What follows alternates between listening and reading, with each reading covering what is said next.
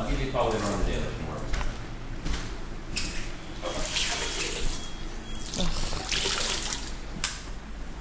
This guy's on a boat in Camden, Maine. Oh my gosh. My phone probably takes good pictures.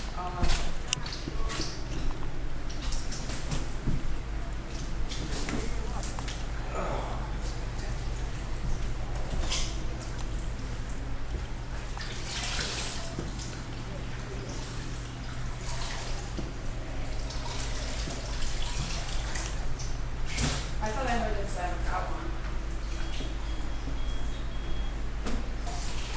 What is it that they're doing?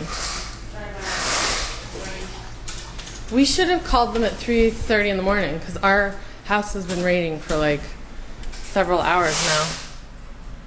We were so tired and out of it that I know. Jeremy woke up and he woke me up because we thought that like the cats had peed all over the floor. And Right. like, that's not possible. Right, I know. That's like cats don't have that much pee in them, right?